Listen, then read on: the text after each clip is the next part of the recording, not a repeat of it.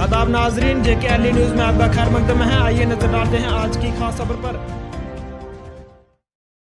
जी sir, ये जो back to village programme मुसलसल जारी है और आप इस वक्त मौजूद हैं बलेसा पंचायत तुलोगड़ा में। यहाँ पे प्रोग्राम भी हुआ तो इसमें बहुत सारे दरपेश मसाइल यहाँ के मकामी लोगों ने उजागर किए, तो इसके बारे में क्या कहते हो आप? देखिए, जो बैक टू विलेजेस में ये प्रोग्राम है, ये सेंटर की तरफ से है, बहुत अच्छी स्कीम है ताकि हम लोग जो है गांव में जाएं और देखें कि गांव के जो लोग हैं किस किस मुश्किलात से गुजर रहे हैं जी, और क्या वहाँ पे क्या क्या तरक्की हो सकती है, वहाँ के लोग जो है कैसे कमाते हैं, क्या क्या करते हैं, क्या वहाँ पे खेती होती है और कौन सा डिपार्टमेंट जो है उनकी मदद करता है और किस तरह की मदद करता है, वो हम सरकार तक पहुँचाएं, प्रैक्टिकली जाके हर जगह जाके देखें और सरकार तक ये रिपोर्ट पहुँचाएं।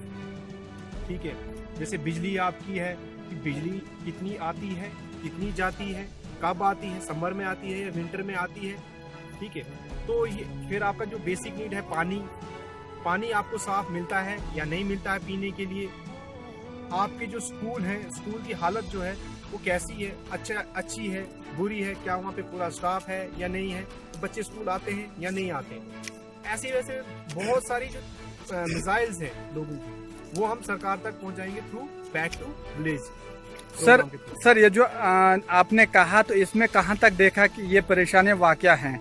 वो तो प्रैक्टिकली मैं वहाँ पे जाके मैंने पूरा देखा कि सबसे पहले जब मैं पहले एंटर हुआ विलेज में, तो सबसे मैंने पहले देखे तारे, जो बिजली की तारे हैं वो पेड़ों के साथ बांधी हुई है घर के बिल्कुल। वो तो बहुत खतरनाक है, बहुत डेंजरस है, तो इससे लोगों को खतरा है। तो फिर उसके बाद मैं स्कूल्स में गया, बिल्डिंग्स बिल्कुल क्रैक्स हैं, बच्चे अनसेफली मैं समझ नहीं आ रही कि बच्चे वहाँ पे बैठते कैसे हैं। फिर उसके बाद मैंने पीने का जो पानी है वहाँ पे ड्रेनेज सिस्टम नहीं है, पाइपें जो हैं टूटी हुई हैं, वो नाली का पानी मुझे लगता है वो पाइपों में जाता है और लोग वही पीते हैं।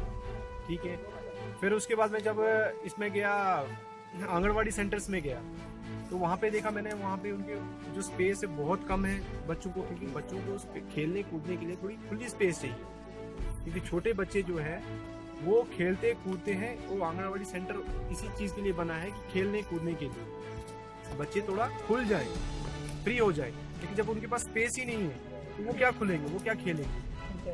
तो उसके बाद फिर मैं गया ये आपके हेल्थ सेंटर में गया, वहाँ पे एक लेडीज़ वहाँ पे खाली है जो अब वहाँ पे पूरा देखती है, एक फीमेल, कोई डॉक्टर नहीं, कोई कुछ नहीं।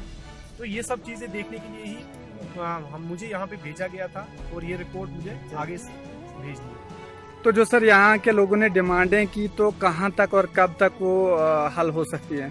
देखिए, ये अब मैं कह नहीं सकता कि कब तक हल हो सकती है, लेकिन जहाँ तक मुझे लगता है कि ये सरकार ने एक स्टेप लिया है कि पहले 7 डिमांड्स मांगी है, तो दैट मीन्स इस पर कुछ ना कुछ एक्शन जल्दी होगा, ताकि नेक्स्ट ईयर जब कोई आए तो देखे क्या वो 7 डिमांड्स पूरी हुई है या नहीं हुई है। अगर हुई है तो नेक्स्ट 7 जो है आपकी वो आगे डिमांड्स मांगेंगे और वो आपकी पूरी हो जाएगी। तो आवाम को कहाँ तक आप पे भरोसा रखना चाहिए? मुझे लगता है सरकार पे उनको 90% तक भरोसा रखना चाहिए, क्योंकि ये फर्स्ट टाइम ऐसा बोल्ड स्टेप लिए गए हैं, क्योंकि इससे पहले ये चीज़ें कभी नहीं हुई।